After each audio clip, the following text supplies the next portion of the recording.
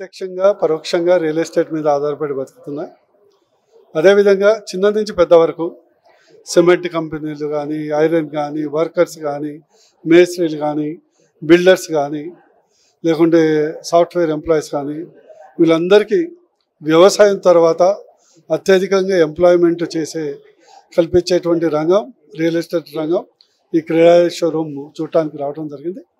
అయితే ఈ సందర్భంగా గత 5 సంవత్సరాల నుంచి రియల్ ఎస్టేట్ రంగం డల్గా ఉన్నది అందరికీ తెలుసు. ప్రత్యేకించి ఏంటంటే రియల్ ఎస్టేట్ డెవలప్ కావాలంటే కేవలం డెవలప్మెంట్తోనే డెవలప్ అవుతుంది. అంటే ఇన్ఫ్రాస్ట్రక్చర్, సపోజ్ మోడీ గారు ఉన్నారు, highways, railways, airports, infrastructure projects, ఇవన్నీ డెవలప్ అయినప్పుడే రియల్ ఎస్టేట్ డెవలప్ అవుతుంది. ఒట్టిగా ప్రజారంతో కాదు. సపోజ్ ఓఆర్ఆర్ ఉంది, ఓఆర్ఆర్ వల్ల రియల్ ఎస్టేట్ దాని చుట్టుపక్కల ప్రాంతం డెవలప్ అయింది. రేపు కేంద్ర ప్రభుత్వం 30,000 కోట్లతోని త్రిపుల్ వస్తుంది. త్రిపుల్ వస్తే మళ్ళీ రియల్ ఎస్టేట్ ఇంకా పికప్ అవుతుంది. ఈ సందర్భంగా రాష్ట్ర కాంగ్రెస్ ప్రభుత్వం చేసే విజ్ఞప్తి ఏంటంటే, ఎంప్లాయ్మెంట్ అనేది మీరు అందరికి ఇవ్వలేరు, సరే అది పక్కకు పెడదాము. కానీ రియల్ ఎస్టేట్ రంగానికి గతంలో ఉన్నటువంటి ప్రభుత్వం ఎల్ఆర్ఎస్ తీసుకొచ్చి ఏదైతే రియల్ ఎస్టేట్ రంగంలో పరిమితులకు అనేక ఆంక్షలు పెట్టి చిన్న చిన్న డెవలపర్స్ లేకుండా చేసి కేవలం పెద్ద డెవలపర్స్కే ఆస్కారం ఉండేటట్టు పాలసీ తేవటం వల్ల హైదరాబాద్లో రియల్ ఎస్టేట్ కుదేలు పడ్డది.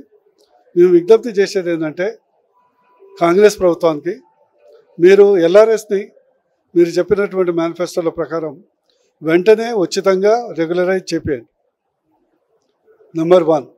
నెంబర్ 2, భూముల ధరలు ఇమీడియట్గా పెంచితే మళ్ళీ రియల్ ఎస్టేట్ కుదేలు అవుతారు. మూడవది ఏంటంటే, కేవలం ప్రచారానికి పరిమితం కాకుండా ఉన్న డెవలప్మెంట్ ప్రాజెక్ట్స్ కేంద్ర ప్రభుత్వంతో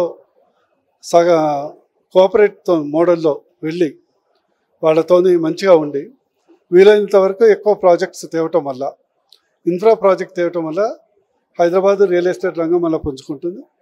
హైదరాబాదు వాతావరణం కూడా బాగుంటుంది. మీ అందరికీ తెలుసు, కాస్మోపాలిటన్ సిటీ, అన్ని భాషలు వాళ్ళు ఇక్కడ ఉంటారు. ప్రజలు కూడా అందరినీ జీనదేవ్ అని అందరికీ మంచిగా ఉండే అవకాశం ఉంది. కాబట్టి కాంగ్రెస్ ప్రభుత్వం తగు చర్యలు తీసుకుంటుందని నేను ఆశిస్తున్నాను.